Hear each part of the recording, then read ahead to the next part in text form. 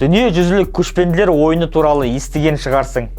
Бәлкім мына суреттерде таныс болар. Я биыл Астанада ұлы дала дүбірі, яғни көшпенділер ойыны өтеді. Өткен жылдың қазан айында мәжіліс депутаты Жанарбек Әшімжан бұл шараға 8 миллиард теңге бөлінсе де, дайындық деңгейі нашар екенін айтты. Өзіңізге мәлім, алдағы 2024 жылы 5-ші дүниежүзілік көшпенділер ойыны Астана қаласында өтеді. Дегенмен мәселе қайда жатыр? Бюджеттен 8 миллиард теңге қарастырылған, ал ұйымдастыру жұмыстарының лебі сезілмейді. Енді қара, Астана қаласының ішінде осы ойындар туралы баннерлер ілуге 175 миллион теңге жұмсалады екен. Қазір бәрін айтып берем. Астаналық досыңа жібер, арнаға да тіркеле сал. Ақшаң болса қалтаңда, да қалтаңда.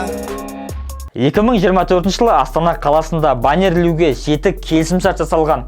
Оның 5-еуі бір мекемемен, ол компания Modern Advertising Solutions жауапкершілігі шектеулі серіктестігі.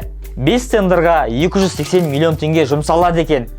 Техникалық сипаттамасына мән берсек, қалада 250 баннер, 900 дана жарнамалық ақпараттық панельдерге жарнама материалдар және 77 LED экрандарға бейне жарнама орнатуы керек. Сондай-ақ автобус сыртына 50, әуежай мен вокзалдың ішінде 10 баннер және 10 ақпараттық панельге әлеуметтік жарнама орналастырылады. Астана әкімдігі бұдан бөлек жария халықаралық орталығы қоғамдық қорымен 63 миллион теңгеге келісімшарт жасасты. Бұл ақшаға 6 билбордқа, лайтбокс пен скроллерге 70 постер орналастырып, тұрғын емес ғимараттардың ішінде орналасқан 46 сыртқы LED экрандар мен 100 мониторға жарнамалық бейнероликтер көрсетілуін қамтамасыз етуі тиіс.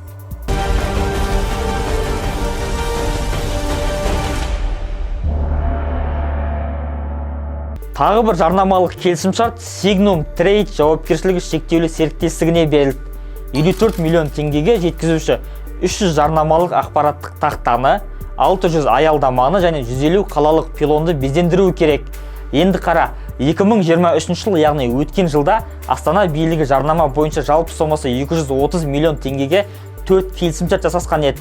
2024 жылы Астана әкімдігі жаңағы қызметтерге өткен 5 жылмен салыстырғандағы рекордтық соманы жасап қана қоймай, алдыңғы 2 жылдың бюджетінен асып түсті. Сонымен жарнама орнатуға қала билігі жалпы алғанда 397 миллион теңге жұмсайды екен. Шығынның едәуір бөлігі шамамен 175 миллион теңгесі дүниежүзілік көшпенділер ойынын жарнамалауға жұмсалады. Жақында президент Қасым-Жомарт Тоқаев елдегі күрделі су тасқыны жағдайына байланысты іс-шараның бюджетін қысқарту туралы бұйрық бергенін еске сала кетейікші. Бұл жарнамалық шығындарға әсер ете ме, жоқ па, белгісіз.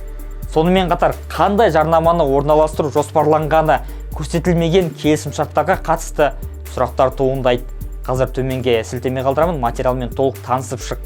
Шынайы және тексерілген деректі бізден оқы.